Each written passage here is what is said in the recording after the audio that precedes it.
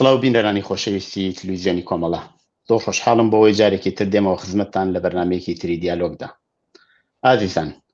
ماوەی زیاتر لە مانگێکە مانگی تری کرێکارانی نەوت و پتروشیمی بەردەوامە. لە هەمان کاتدا ئاخێزی جەماوەری لە پارێزگای خوزستان دژ بە کەمی ئاو و گوزەرانی نالەباری خەڵک ماوەی چەند هەفتەیەکە سەری هەڵداوە تا ئێستا زیاتر لە دەیان کەس ژیانیان بەخت کردووە و برینار بوون.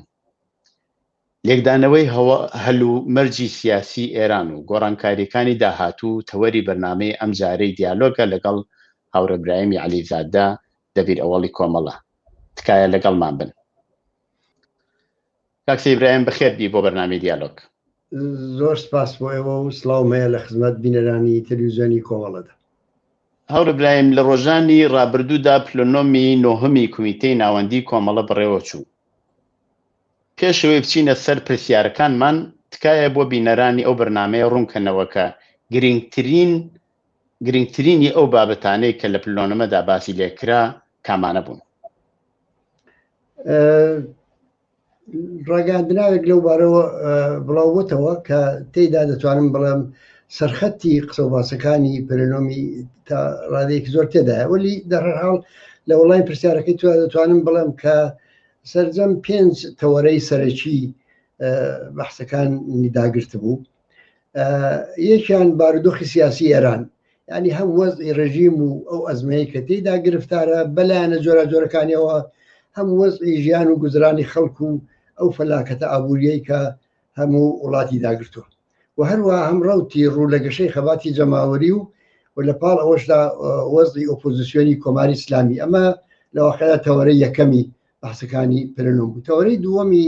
بریتی بوو لە تایبەتمەندیەکانی خۆپیشاندان و ناڕزاتیەکانی ئەم دەورەیە کە جیاوازی هەبوو لەگەڵ دەورەکانی پێش و تا ڕادەیەکە خاڵی بەهێز و خاڵی لاوازی و بەتایبەت خاڵە بەهێزەکانی کە جێگای دەرسوەرگرتنن. ئەمە تەوەرەیەکی دیکەی باسەکانی پلەنۆم بوو. بە حکمی ئەوەی کە کۆمەڵە مەیدانی فعالیت و تێکۆشانی کوردستانە، بارودۆخی کوردستان بەگشتی و ئەرکەکان و ئەولەوێتەکانی ئەمەش لە پێناوی ئەو بارودۆخەدا ئەمەش تەوەرەیەکی دیکە باسەکان بوو. لە پاڵەوەدا تەوەرەیەکی دیکە بریتی بوو لە پێویستی کۆبوونەوەی هێزی چەپ لە کوردستان و بەکارهێنانی هەموو ئەو زەرفێتانەی کە ئەو هێزە هەیەی و دەتوانێت فعالتر بێتەوە و سەرنجام قسەوباز لەسەر کێشە ناوخۆیەکان و چارەسەرەکان. ئەمەش تەوەرەیەکی دیکەی باسەکانی پلەنۆم بوو. ئەمانە هەروەکو عەرزم کردن پوختەکەی لە ڕاگەاندنی پلەنۆم و لە بڕیاردامەکانی داهاتووە، بەڵام لەمە بە دواش لە دەستگاکانی ڕاگەاندنی کۆمەڵەدا ڕنگدانەوەیان دەبێ و ئێمە هەوڵ دەدەین کە لایەنە جۆرەکانی و باسانە بۆ جەماوەری خەڵک لە کوردستان و لە ئێران زۆرتر ڕوونکەینەوە. زۆر چاکە هاوڕێ ئیبراهیم، هەروەک باسمان کرد قەیرانی هەمەلایەنە کۆماری ئیسلامی ئێرانی داگرتووە، بەڵام ئێمە زانین کە ئەو ڕژیمە لەو ڕۆژەوە هاتووەتە سەرکار، هەر لە قەیران ژیاوە و لەگەڵ قەیران هاتووەتە پێشوو، درێژەی بە حیاتی خۆی داوە. یعنی ئەگەر ئاوا چاوی لێ بکەین، ینی قەیرانی هێناوە و قەیرانی پشتەر ناوە و تا ئێستش درێژەی بە حیاتی خۆی داوە. لایەنەکانی قەیرانی ئێستا کامانن و جیاوازیەکان لەگەڵ قەیرانەکانی ڕابردوو لە چیان؟ پێش هەموو شتێک کۆماری ئیسلامی لەگەڵ قەیرانی دەسەڵات و قەیرانی مەشروعیەت لە ئاستی جەماوەریدا بەرەوڕوە. خەباتی جەماوەری لەم دەورەیەدا نەک هەر شەرعیەتی ئەو ڕژیمی بردوۆتە ژێر پرسیار و ڕەدی دەکاتەوە، بەڵکە نەفسی دەسەڵاتی بردوۆتە ژێر پرسیار. ئەو دروشمانەی کە دەیبیستین، ئەو حرکاتی کە خەڵی لە خۆی نیشان دەدا، ئەوانە هەمووی نیشانەی ئەوەن کە ئێمە چوینە ئاستێکی دیکە لە خەباتی جەماوەری و جمهوری ئیسلامی دەگەڵ کێشەیەکی زۆر گەورە لەوبارەوە بەڕەوڕە. خەباتی جەماوەری بەرەبەرە پەرەدەستێنێ، بەرەبەرە قوڵتر دەبێتەوە، بەرەبەرە تاکتیک و شێوەکاری گونجاو دەگەڵ بارودۆخی ئێستا دێنتەکایەوە، بەرەبەرە فێری ئەوە دەبێت کە چۆن هێزەکانی جمهوری ئیسلامی زەوی گیر بکە، چۆن توانایەکانی سەرکوتی ڕژیم بربەست بکە یا محدودی کاتەوە. ئەمانە بێجگەلەوانە جۆرێک لە وشیاری و لە ئاگاهی سیاسی و چینایەتی لەناو ئەو بزوتنەوەیدا مۆنزەداتەوە و ڕەنگی داوەتەوە. مەسەلەن لە خوزستان لەگەڵ ئەوەشدا کە خەڵک ئاوی دەوێت، بەڵام باشکرا کۆمەڵێک سیستەم نابەرابەری و بێعەداڵەتی بەسەردا سەپاوە، بەڵام باشکرا داخوازیەکانیان چینایەتیە، داخوازیەکانیان داخوازی بەشی هەر هەژار و بێئەنوای کۆمەلگایە. ئەمە لە ڕابردووشدا کۆماری ئیسلامی دەگەڵ خەباتی جەماوەری بەڕۆ بۆ ئێمە ڕاپەڕینی سەرهەڵدانی 96مان دیوە، دەیماگی 96 سەرهەڵدانی ئابانی 98مان دیوە و هەروە بەردەوام ئێعتراز و ئەساباتی کرێکاری و جەماوەری و ئەوانەمان دیوە. بەڵام ئەوەی کە ئێستا دەیبینین ئەوە هەموو نیشانەکان ئەوان پێ دەڵێ کە ئەمە کوڵکۆیەک نییە کە هەڵچێ و دابمرچێتەوە. ئەمە ڕێگایەکی نسبەتەن بەردەوامی خەریکە دەگرێتە بەر و ڕێگایکی نسبەتەن بەردەوامی گرتووەتە بەر کە بە بڕای من ڕووە و سەرکەوتنە. ئەمە جیاوازیەکە کە ئەم دەورەیە لەگەڵ دەورەکانی دیکە لە ڕووی خەباتی جەماوەریە. لە ڕووی دارمانی ئابووریشەوە وەزی ئابووری جمهوری ئیسلامی زۆر شپرزەیە. شپرزەبوونەکەی وەهایە کە ئێستا بە پارەش زۆر چارەسەر نابێت. ژێرخانی ئابووری ئەو وڵاتە داڕماوە. مەسەلەن بۆ یەکەم جار دەبینی کە وڵاتێک کە هەر بە و جمهوری ئیسلامیش تا ساڵی لەوە پێش بەرقی دەفرۆش بە وڵاتیانی دەوروبەر، بەڵام ئێستا خۆی کارەبای وڵاتەکەی خۆی بەرقی وڵاتەکەی خۆی پێ دابی نابێت. لەگەڵ مەسەلەن کۆڵەترین نیشانەکانی وشکە ساڵی تووشی ئەو قەیرانی ئاوە دەبێت کە هەموو ئێرانی داگرتووە و پۆشی چارەسەر ناکرێ بە ژێرخانە ئاو بەرق ژێرخانی ئابووری ئەو وڵاتن. ژینگەی وێران کردو، ژینگە بشێک لە ژێرخانی ئابووری ئەو وڵاتەیە. ئەو ژینگەی والێ کردو کە ئێستا لە زۆر ڕۆوە جوابی نیازەکانی ئابووری ئەو وڵاتی پێنادرێتەوە و خەرەبووکردنەوەشی و هێنانەوە سەر دۆخی جارانیشی زۆر تقریبا بۆ ئەو ڕژیمە و بەم مناسباتە غەیرە ممکنە. ئیتر بابگزەرین لەوەی کە لە ڕووی ئابووریەوە مەسەلەن ئێستا ئەم دەورەیە لە هەمیشە زۆرتر بنگاها و ناوەکانی بەرهەمهێنان داخراون لە کارکەوتون و هەتا قەتعاتی سەر بژانەوە و نوێکردنەوەیان لە ئەمبارەکانی دنیاژە دەست ناکەوێت. ئەمانە هەمووی دیاردەی تازن لە یەک لە حازەوە بەڕاستی وەکو دوای شەڕی ئێران و عێراقا بەڵام دوای شەڕ و ئێران و عێراق هێشتا ڕژیم زەرفێتایەکی هەبوو کە بەکاری دەهێناوە، هێشتا ئیمکانیەوەی هەبوو کە بە جەماوەری خەڵک بڵێ فرسەتم پێ بدەن بۆ بژانەوەی ئابووری 8 ساڵ ڕەفسەنجانی هاتە سەرکار ئەو فرسەتەی قۆستەوە کە خەباتی جەماوەری تا ئەندازەیەک دامرکاندرەوە بۆی کە ئابووری ئێران بێنێتەوە سەرجەی خۆی. ئێستا خەڵک ئەو فرسەتەشی پێنادەن و ئەو فرسەتەشی لەبەر دەستدانیە. بێجگە لەوانە هەر لەم بارەوە لەگەڵ ئەمریکا تووشی کێشەی گەورەیە، ینی بەرجام کە قەرار بوو ئابووری ئێران تێکڵاو بە ئابووری جیهانی بکە، ڕووناکایەک بۆ ئابووری جمهوری ئیسلامی بکاتەوە، هەمووانە ئەو بەرجام کە دیارە تعتیل کراوە. ئێستا ئەوە 3-4 مانگ تێپەر دەبێت،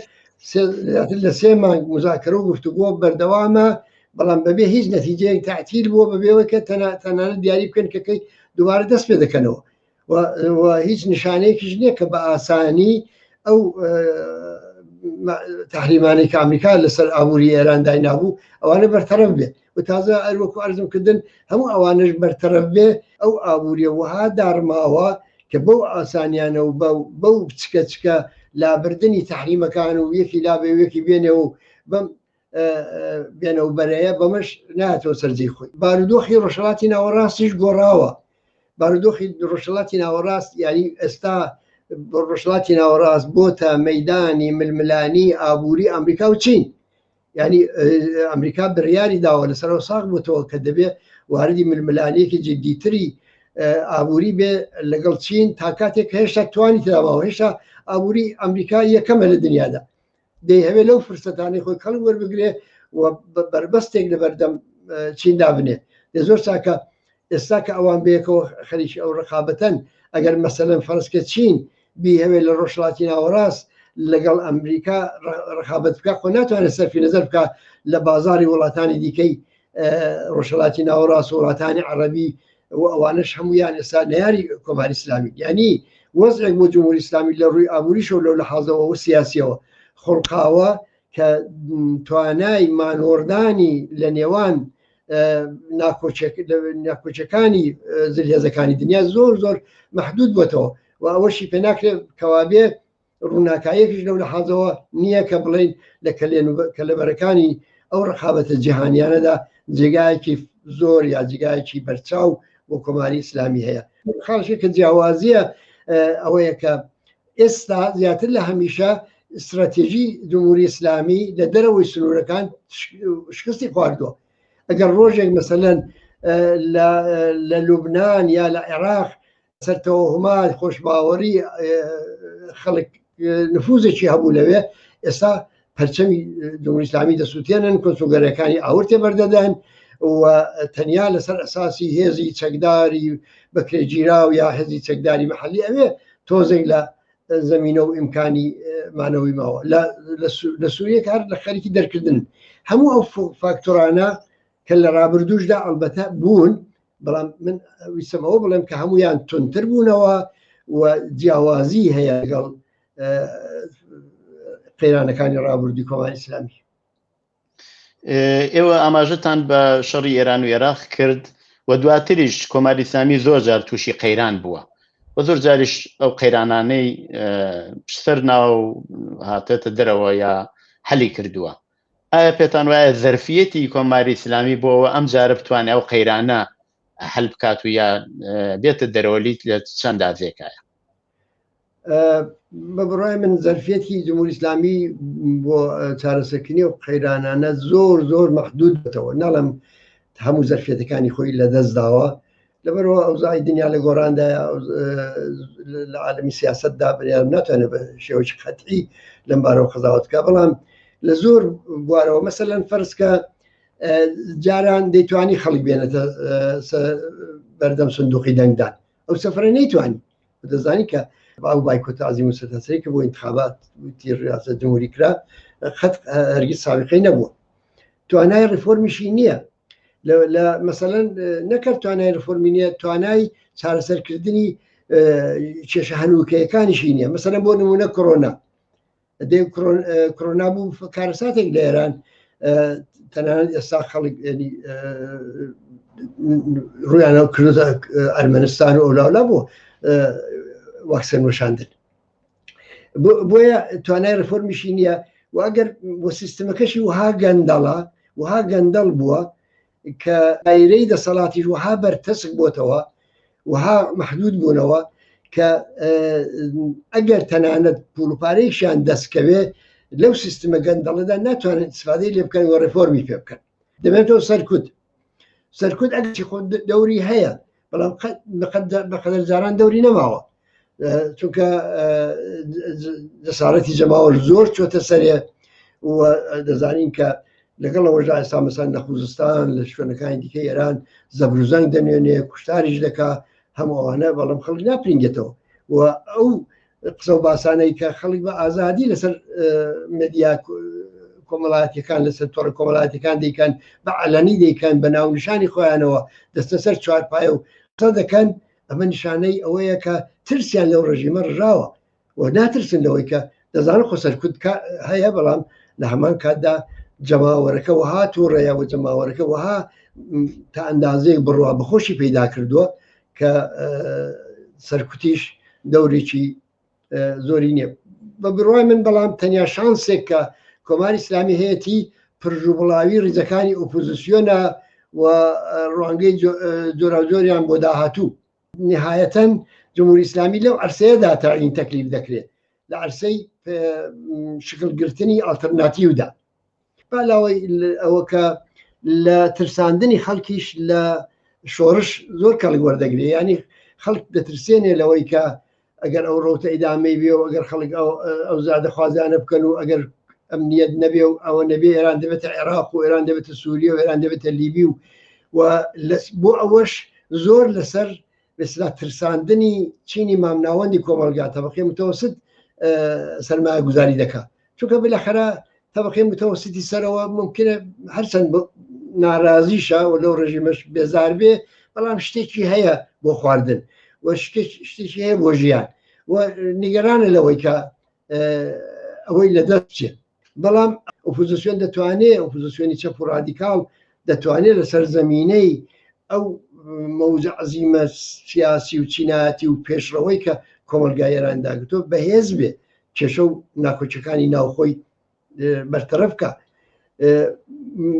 بەرەبەرە سەر جەماوەریش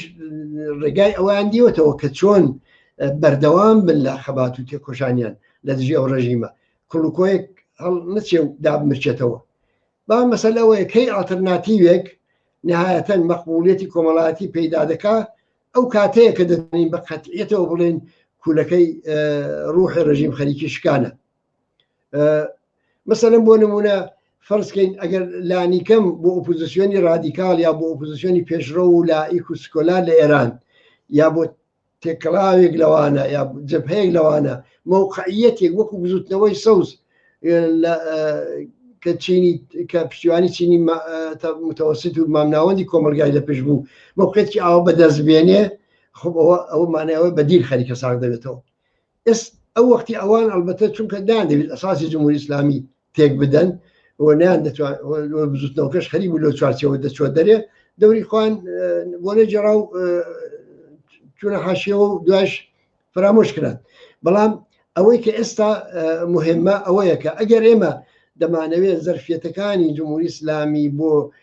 زاڵبوون بەسەر ئەو قەیرانە و تابەت قەیرانە سیاسیەکە چۆرکەینەوە و ئیمکانی ئەوەی نەبێت دەبێت لە فکری گەڵاڵەکردنی ئالتەرناتیو دابین بۆ جێنشینی ئەو ڕژیمە و گەڵاڵەکردنی ئالتەرناتیو بۆ جێنشینی ئەو ڕژیمەش تەنیا بە تەوافق و ڕێککەوتنی ئەم سازمان و سازمان بەدینایە لە جەرگەی خەباتێکی زیندوی جەماوەری کە لە جەریاندایە وردە وردە شکڵ دەگرێت بۆیە زۆر مهمە کە ئێستا هێشتا لەگەڵ ئەوەشدا کە جەماوەر تووڕەیە جەماوەر سەر نگونی جمهوری ئیسلامی دەوێت ولی هێشتا پێداگرتن لەسەر داخوازیەکان و متالبات مهمە پێویستە مەسەلەن بۆ نمونە کرێکارانی نەوت و پیترۆشیمی و گاز کەمانیان گرتووە ئەوانە سەرکەوتن بەدەست بێنن یعنی بتوانن داخوازی زیادبوونی حقوقیان شرایطی کاریان شرایطی زندگیان بەڕسمی بوونیان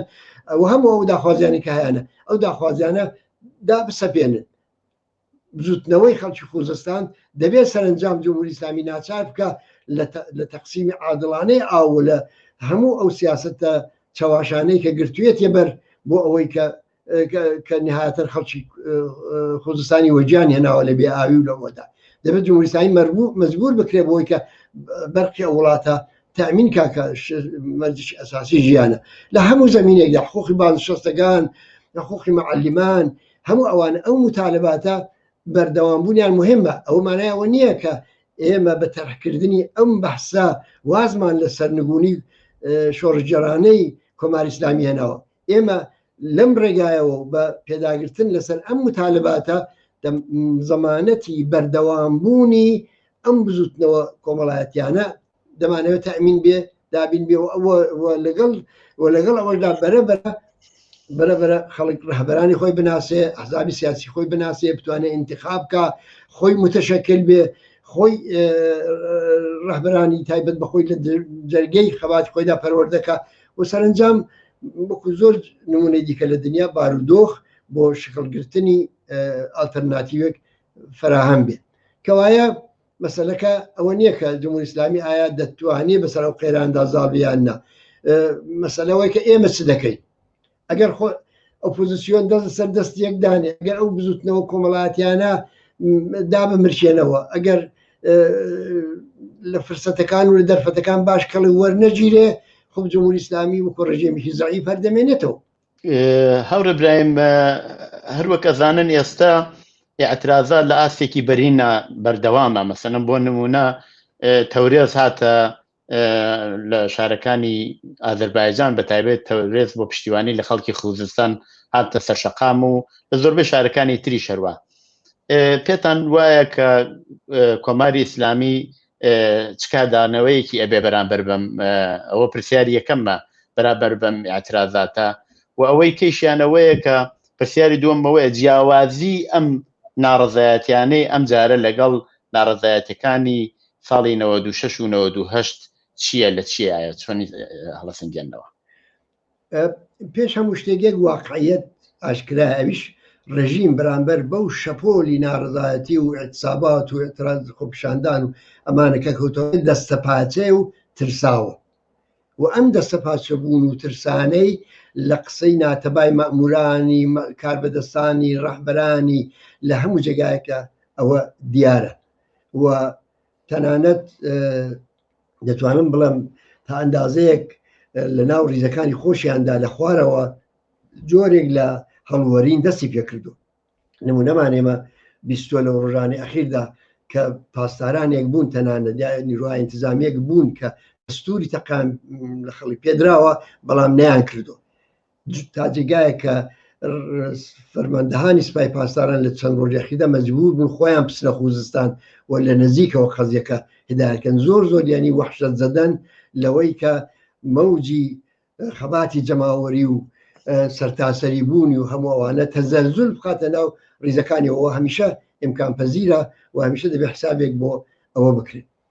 بەڵام کۆماری ئیسلامی بێزگەلەوە وەکو هەمیشە تەبەن هێزی سەرکوت بەکاردێنێ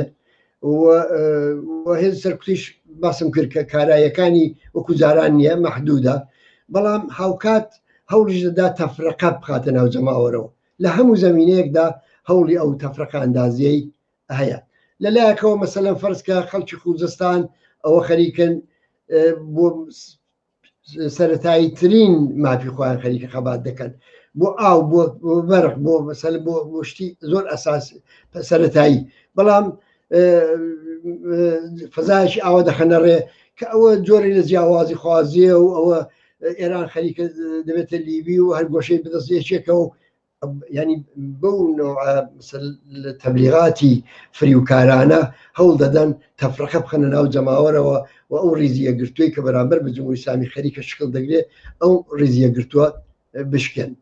بێزگەلەوانە شتێک کە جمهوری ئیسلامی زۆر لی نیگەرانە ئەوەیە کە هەست دەکا بەوەی کە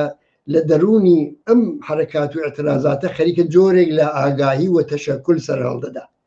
و چونکە دەزانێت پێشی ئەوەشی تەنیا بە بگیر و بەبەند پێناگیرێت ئەو مەسەلەن شوڕای هدایەتی کرێکارانی مانگرتووی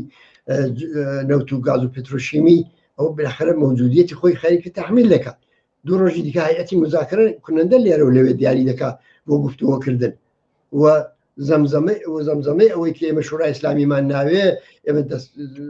ڕێکخراوی دەستکردی حکوومەتمان ناوێ ڕێکخراوی مستەقیلی خۆمانمان دەوێت مافی مانگرتن و مافی تەشەکلوانە مافی سەرەتایی ئێمەیە وردە پەرە دەستێنێەوە واردیدا داخوازیەکانیان بووە جمهوری ئیسلامی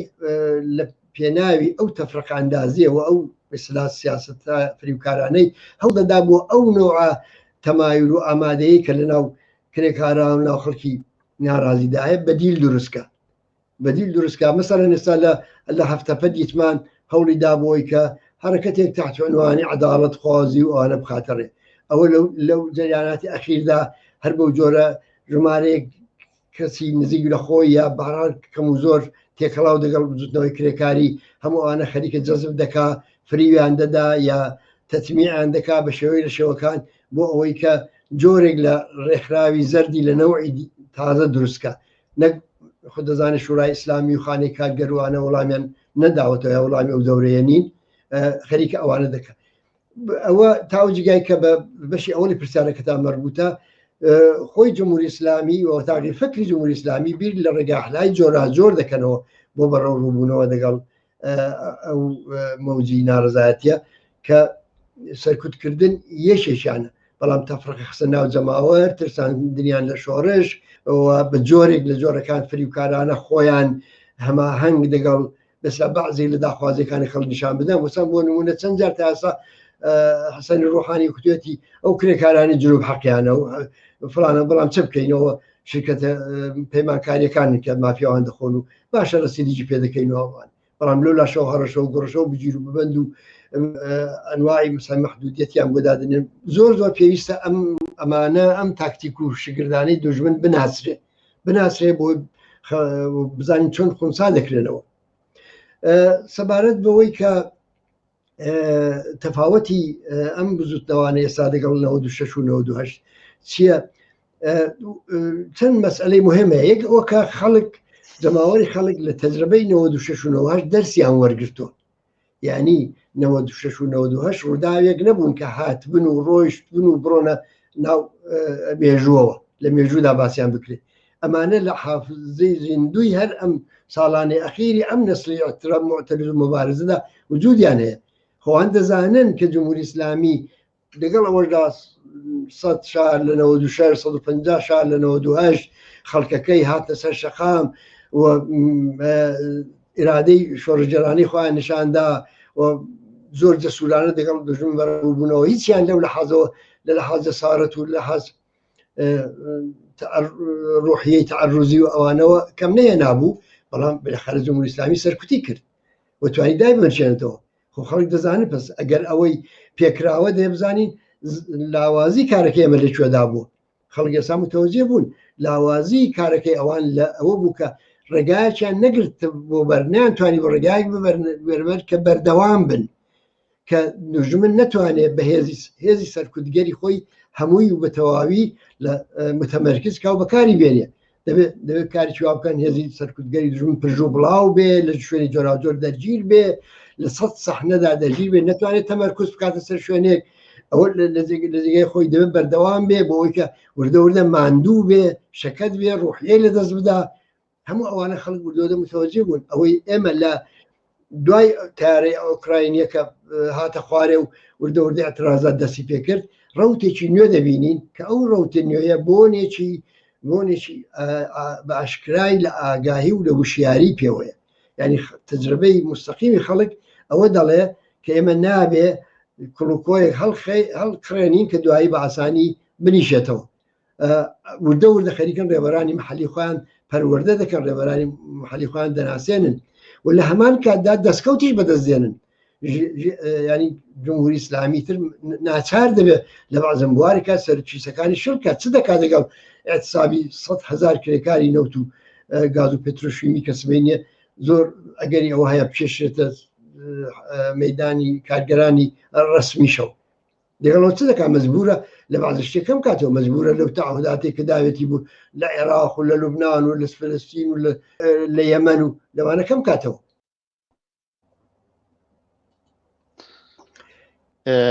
بەداوای لێبردن لە بینەرانی خۆشەویست کێشەیەکی تکنیکیمان بۆ هاتە پێشەوە داواکەین لە هاوڕێ برایم بەردەوام بێ لەسەر قسە باسەکەی. هاوڕێ برایم ئێوە باسیوەتان کرد کە خەڵکی ئێستا تەجروبەی هەیە لە چاو ئەو ساڵەکانی 96 و 98 بێ زەحمەت فەرموون ئیدامێ بدەن. بەڵێ من ئەوم عەرزەکردن کە ئێستا قسە لەسەر ئەوە نییە کە ڕوخانی کۆماری ئیسلامی لە ئەمڕۆ سبەیدایە، قسە لەسەر ئەوەیە کە لە چ ڕێگایەکەوە دەکرێت ڕوخاندنی کۆماری ئیسلامی ڕوخاندنێکی شۆڕژجەرانە بێ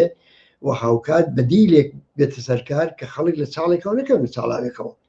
و ئەوە فقط بەوە دەکرێت کە جەماوەری خەڵک وردە خۆیان ئامادەکەن و بەدیل لە دەرونی خەباتی جەماوەریدا شکل بگرێت. ئەوە بن پێم وایە دەرسێکە کە خەڵک لە بزوتنەوەکانی 96 و 98 وەریان گرتووە و ڕەوتەکە ڕوو لە گەشەیە. مبارزەی ئێمە بۆ ڕوخاندنی ئەو ڕژیمە لە هەمان کاتدا کە پەیگیرانە بەردەوامە دەبێت لە هەمان کاتدا شەرایط و بارودۆخی ژیانی خەڵکیش ئاسانتر کاتەوە، خەڵک سەرکەوتن بەدەستبێنن لە هەر مبارزەیەکیاندا. ئەوە دەرسێکەکە لە 96 و 98 وەریان کرد. ئەینا تۆم ئێستا مقایسەی ساڵی 98 بکە ئابان 98 کە بنزین گران بوو،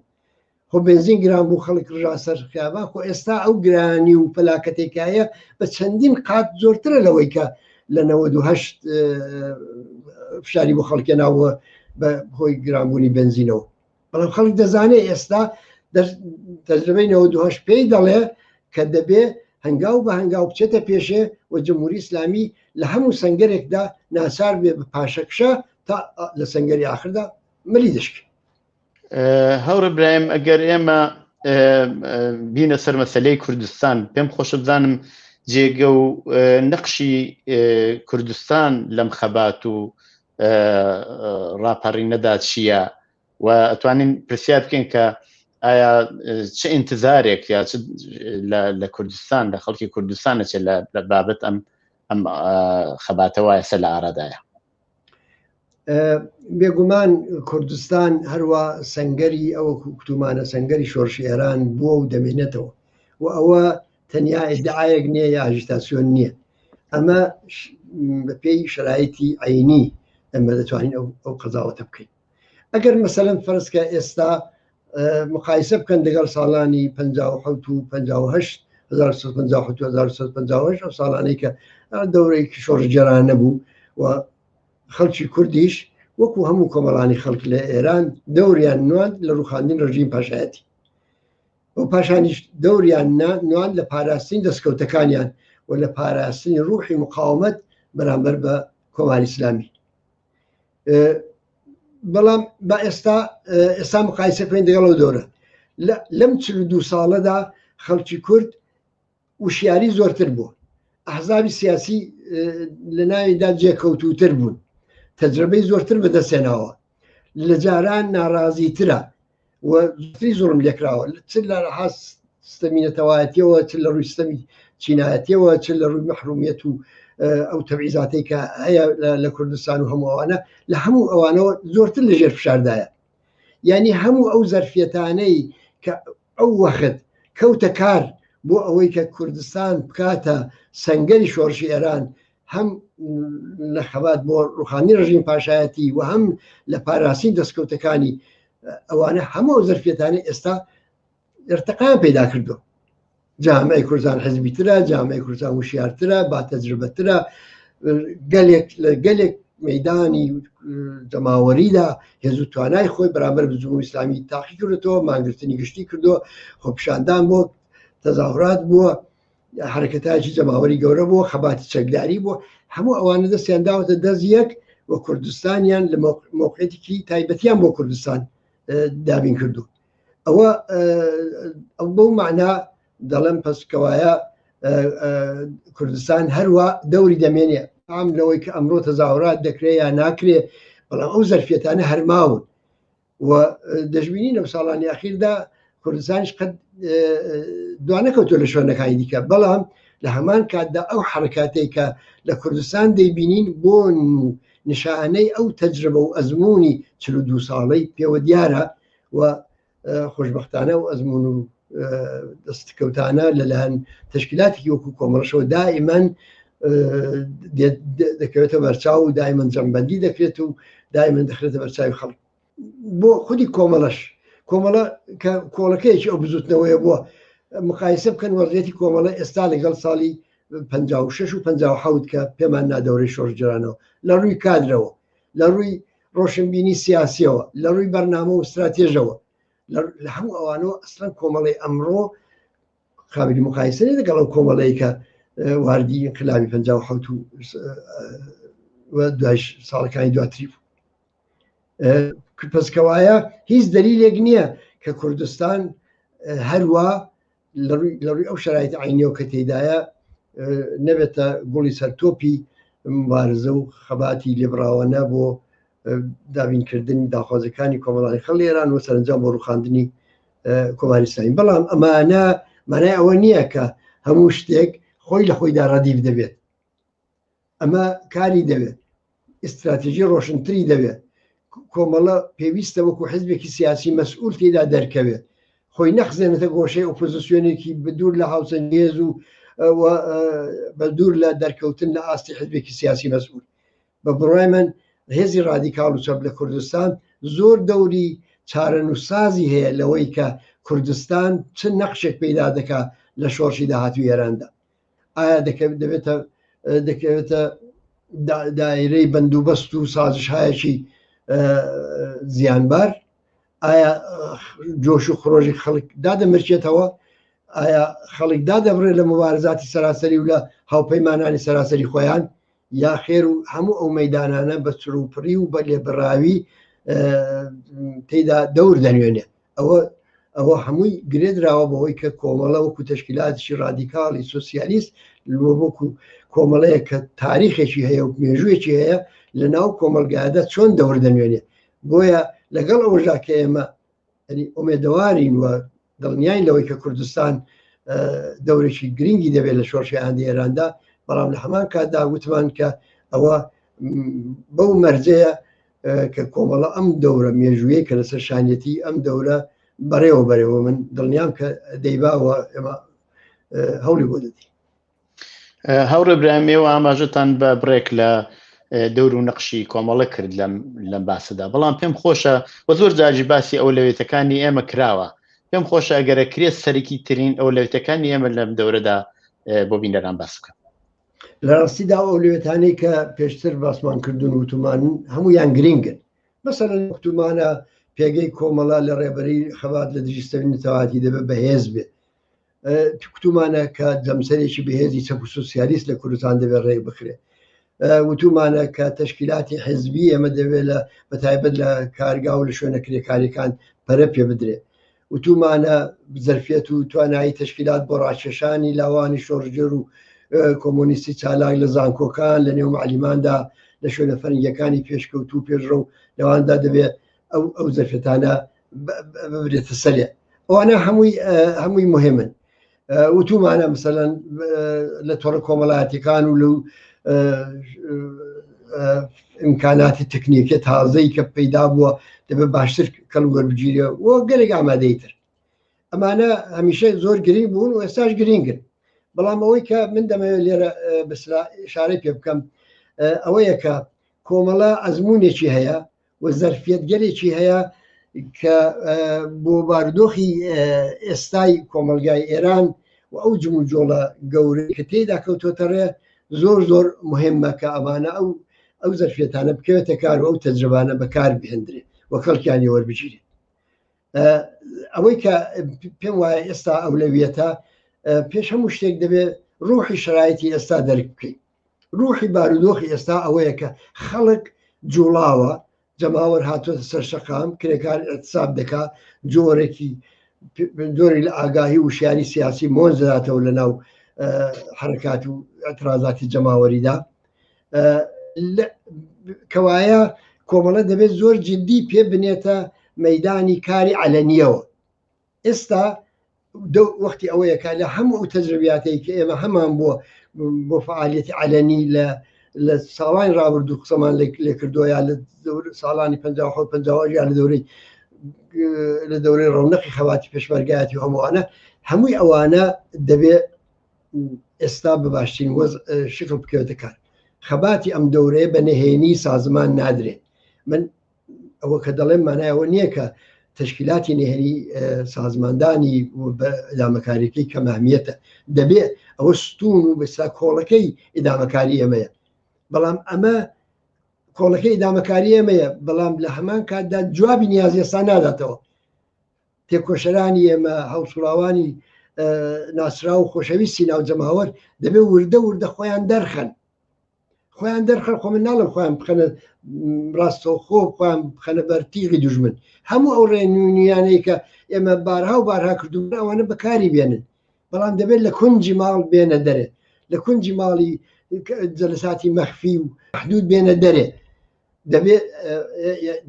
دەبێت کاری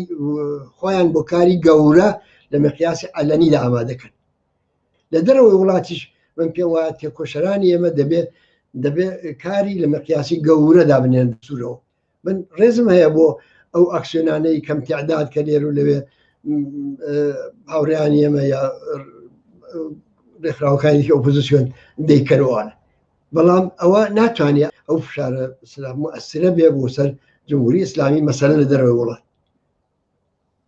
تەجربە ئێمە خۆمان لەوبارەوە تەجربەمان هەیە ئێستا بداخەوە تۆزێ کاڵ بۆتەوە لەبیرمە من سازمانی ئەفی بین الملل کە زان سازمانێکی زۆر مەشهورە هیچ بەیانیەیەکی بەبێ پرسکردن بە کۆمەڵە منتەشر نەدەبوو هەمیش نمایندەکانی لێرە و لەوێ داهاتن نمایندەکانی کۆمەڵیان دەدیتەوە معلوماتیان لێ وەردەگێر خۆیان کۆمەڵی معلوماتی کۆمەڵە تازە دەکردەوە لەوانەوە بگرە تا سەلیبی سووری جیهانی تا هەموو ڕێکخراوە مەدەنیەکان تا ڕێکخراوە کرێکاریەکان لە فەڕەنسا لە شوێنەکانی دیکە هەموو ئانم مەیدانی هەڵسوڕانی فعالین لە کۆشەرانی ئێمە بوون. ئەگەر ئەوانە بکەونە گەڕ بۆ پشتیوانیکردن لە فعالینی ناوەوە پشتیوانیکردن لە خەباتی کرێکانە لە ناوە فشارێک بۆ جمهوری ئیسلامیە مبارزەکردن بۆ بایکۆتکردنی جمهوری ئیسلامی لە ڕێگەی فشاری زیندووکردنەوە و خستەگەڕی فشاری ئەفکاری عمومی لە دنیا و ئەوانە هەڵقەی ارتباتی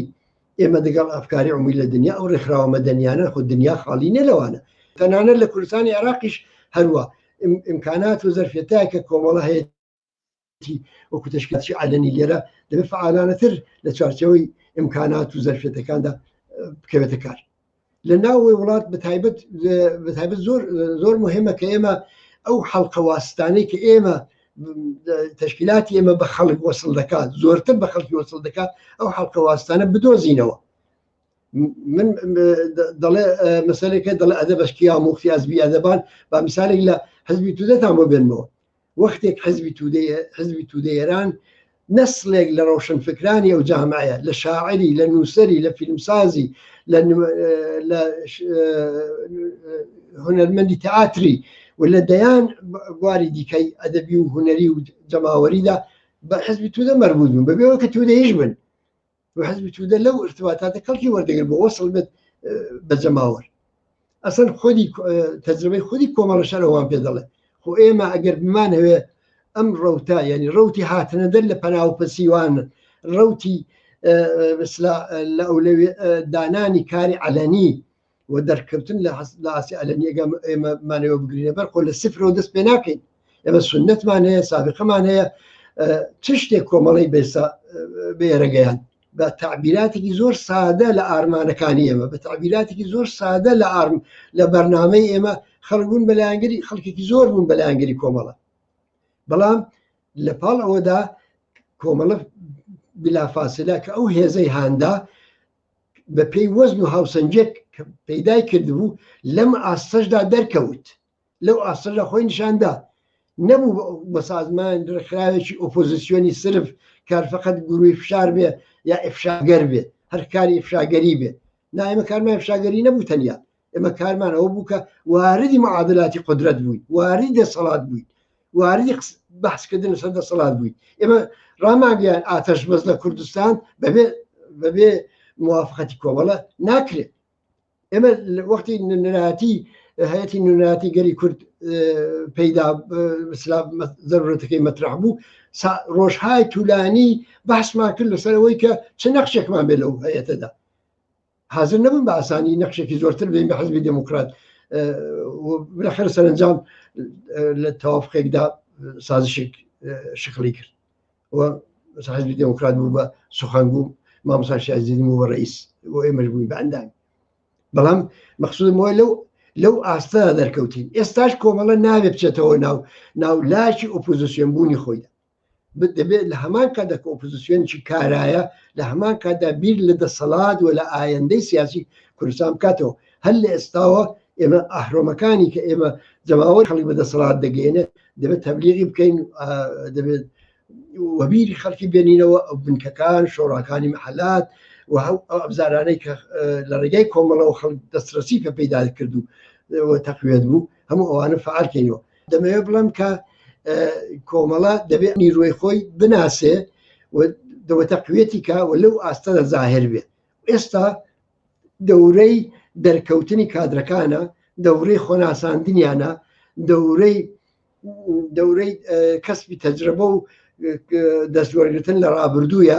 لە هەمان کاتدا دەبێت ئەو کارە ئەلبەتە ژیرانە بکرێ دەبێت ئاگاهانە بکرێ بە پێ ڕاهنمودەکان بکرێ معلوم بێت چ کارێک لەکوێ بەکاردێن معلوم بێت لەکوێ عەقەبنشینی دەکەی لەکوێ پاشەکشە دەکەی لەکوێ تەعەڕوز دەکەی سیاسی بی بۆ ئەوەی کە دەرفەتەکان لەدەست نەدەی ئەولەویەتی ئێمە لەم دەورەیەدا لەگەڵ ئەوانی هەموو پێشوو کە مهم بوو کە بە کورتی ئەرزمکردن لەگەڵ ئەوەیە کە دەرکەوتنمان لە ئاستی وەزعیەتی سیاسی ئێستادا بێت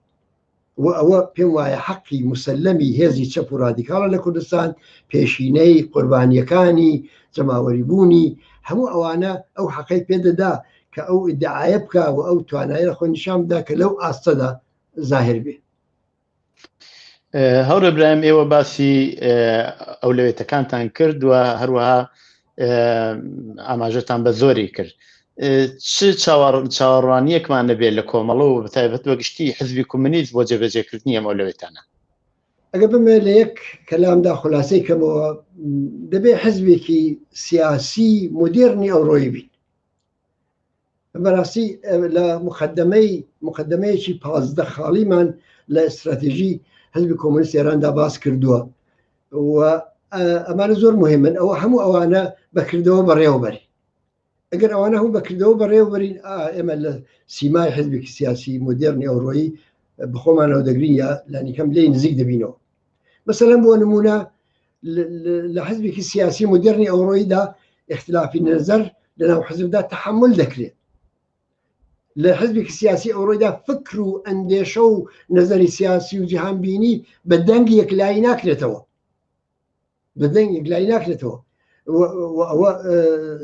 مەیدانێکی بەراواڵەیە کە هەموو کادر و تێکۆشەرانی ئەو حزب و کەسانی کە لە نێویدا هەن دەتوانن جەولانی تێدا بکەن. بەڵام نهایەتەن بەرنامەیەک هەیە، استراتێژیکی دیاریکراو هەیە، مسەوەباتێک هەیە، دەبێت بەڕێوە بچێت. لە شوێش حسابڕسییان لێ دەکرێت ممکن لادانیشە بێ لەوانە لە پلنۆمەکان، لە کۆنگەرەکان، لە مەراجعی ڕسمی تەشکیلاتیدا. ئەوە ینی حەق بۆ کردەوە. دەبێت واز لە بیرۆکەی ناسیاسی بە ئیستیلاح حزبی یەکبوونی و یەکگرایشی بێنی. دەبێت دەرفەتەکان لەدەست ئەو حزبە ئەو سەعدادەی هەبێ کە دەرفەتەکان لەدەست نەدا. لە کاتێکدا کە پێویستە نەترسێت لەوەی واردی اتحادی عمل بێ لەگەڵ هێزەکانی دیکە وازی اتحادی عمل بێ، نەترسێت لە کاتێکدا کە زەروریە. نهایەتەن دەبێت بە عەقڵی جەمعی کار بکە، بە عەقڵی جەمعی تەسبیم بگرێت. ئێمە ئەوەمان لە دوایین پاراگرافی بەرنامەی کۆمەڵە بۆ حاکمیەتی جەماوەری لە کوردستان و لە دوایین پاراگرافی حزبی کۆمونیست ئێراندا نووسیوە. بڕۆن بیخوێنەوە. وتومانە لە مۆردی بەس هاوکاری و اتحادی عمل و واردبوون لە ئەو نوعە مثلا حرەکەتانەی کە جەماوەر لە سەرکەوتن نزیک دەکاتەوە جزوی وەزایفی خۆمان تعریف کرد. حزبی سیاسی ناتوانانی بە عکس نیشانی بدە، یعنی مجموعەی عکس بگری لە پاڵێکی دانەی بڵێ ئەو حزبێکی سیاسی جدی، ئەو حزب ئاوایە لەو عکسانەدا دەیبینی. حزبی سیاسی جدی دەبێت فیلمی لێ هەڵگری، یعنی لە حاڵی حرەکەتا ببینی.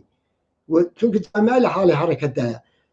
ژیان لە گۆڕاندایە، ژیان ناکرێت ژیان لە گۆڕاندا بێت، جامە لە حاڵی حرەکەتدا بێت، بەڵام حزب بە عکسی تیکەتیکە نیشان بدەیت، بە جیاواز نیشانی بدەیت. دەبێت حزب خۆی نوێ کاتەوە، دەبێت حزب خۆی دەگەڵ شرایەتی زمانی خۆی بگونجێنێ. بەڵێ ئەگەر حزبێکی ئاوا بین، حزبێکی سیاسی بۆ معنای بین، دەتوانین جوابی ئەو نیازانە بدەینەوە. تەجربەی ئێمە تا ئێستا پێمان دەڵێ کە ئەو تەوەقعێکی زیاد نیە لە کۆمەڵە. لە حزبی کۆمونیست ئێرانیش بە بڕۆی من ئەویش بۆ خۆی تەجربەی خۆی بە تەجربەیەک بۆ سەتی ئێراندا ئێمە دەتوانین پێگیری بکەین. بەڵام تا ئەو جێگای کە بە کۆمەڵەوە بە کوردستان مەربوتە، ڕابردوومان هەمومان ئەوەمان پێ دەڵێ کە ئێمە دەتوانین ئەگەر لادانێکیش بووە لە ناساندنی سیمای کۆمەڵە وەکو حزبێکی سیاسی مؤثر و دەخیل لە معادلاتی سیاسی سەرەوەی ئەو کۆمەلگایە، دەخیل لە معادلاتی سیاسی قدرت لەو کۆمەلگایە ئەگەر بچینەوە سەر ئەو ڕێچکەیە دەستکەوتی گەورە بەدەستدێنین و سەرکەوتن وسۆگەر دەبێت. هاور ئیبراهیم، من پرسیارێکی کەم نەماوە، ئەگەر بۆ خۆتان پێتان وایە نوکتەیەکەیە کە پێویستە ئیشارەی پێ بکەن یا لە بیر چوو بێت هەین لە خزمەتە. بەڕاستی ئەو بەحسانەی کە کرا چ لەبارەی وەزعی سیاسی ئێران، چ وەزعی بەگشتی وەزعی ئێمە لە کوردستان و ئەولەوێتەکان و هەمووانە زۆر قسە هەڵدەگرێت و من نەتوانێت ئا بکەم کە لەو ماوەیەدا کە بێکەوە قسەمان کرد توانیمە حەقی مەطلب بەدا بکەم. بەڵام ئومێدەوارم فرسەت بێ لە مەجاری دیکەدا چ من چ ڕەفیقەکانی دیکە کە بە تایبەتیش لە پلنومدا قسەی لەسەر کراوەوە جۆری لە هاودەنگی هەبوو لە بینماندا دەست پێشخەری بکەن و لایەنە جۆراجۆرەکانی ئەو بەحسە ڕوونکەنەوە. من نهایەتەن فقط ئەوە دەڵێم کە وەختێک باسی کاری ئاگاهانە دەکەین، وەختێک باسی کەڵگۆریتن لە تەجربە دەکەین، مانای ئەوەیە کە هەر کارێک کە دەیکەین دەبێت بە عەقڵی جەمعیمان متەکی بێت. ئەگەر هاوڕێیانی ئێمە لە ناوەوەی وڵات فعالین ئێمە کە من ئێستا دەڵێم خۆتان دەرخن لە کونجی ماڵەکان وەرە دەرێت لە سەتی جامعەدا زاهر بن، ئەوە نابێ وا وەربگیرێ کە گوۆیە ئێمە توانایی ئەمنیەتی و سەرکوتی دوژمن بەکەم دەگری، بەڵکە ئەوە دەبێت جهاتێک بدا بە هاوڕێیانەی ئێمە کە بزانن نابێ فرسەتەکان لە دەست بدەن و نابێ بە ساهمی بوونمانەوە لە چوارچەوەی حزبێکی چکۆڵەی مەخفیدا بەوە قایل بن. ئەوە غەدرە لە ڕابردووی کۆمەڵە و غەدرە لەو هەموو فیداکاری و ڕەنجەی کە لە پێناوی پێگەیاندن و پێگەیاندنی کۆمەڵە تا ئەمڕۆ دراوە. زۆر سپاس هاوڕێ برایم بۆ بەشداریت لەو بەرنامە، زۆر سپاس بۆ ئەوەی کە ئەو داوەتی ئێمەت قبوڵ کرد. زۆر سپاس بۆ ئێوە شوماندوو نەبن. بینەرانی خۆشەویستی تەلەڤیزیۆنی کۆمەڵە و بەرنامەی دیالۆگ بەم جۆرە هاتینە کۆتایی بەرنامەی دیالۆگی ئەم جارە تا دیالۆگێکی تر ماڵەوە.